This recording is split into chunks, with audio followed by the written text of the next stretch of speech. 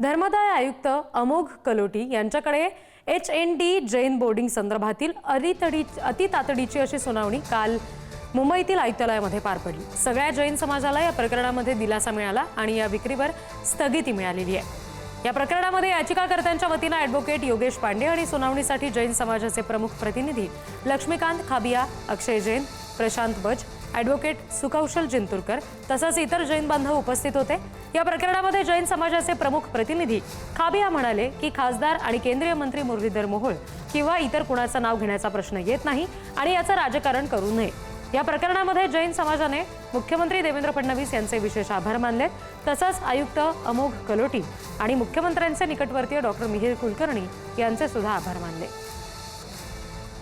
2 दिवसापूर्वी महाराष्ट्राचे मुख्यमंत्री आदरणीय देवेंद्रजी फडणवीस साहेब यांनी आम्हाला बोलून घेतलं।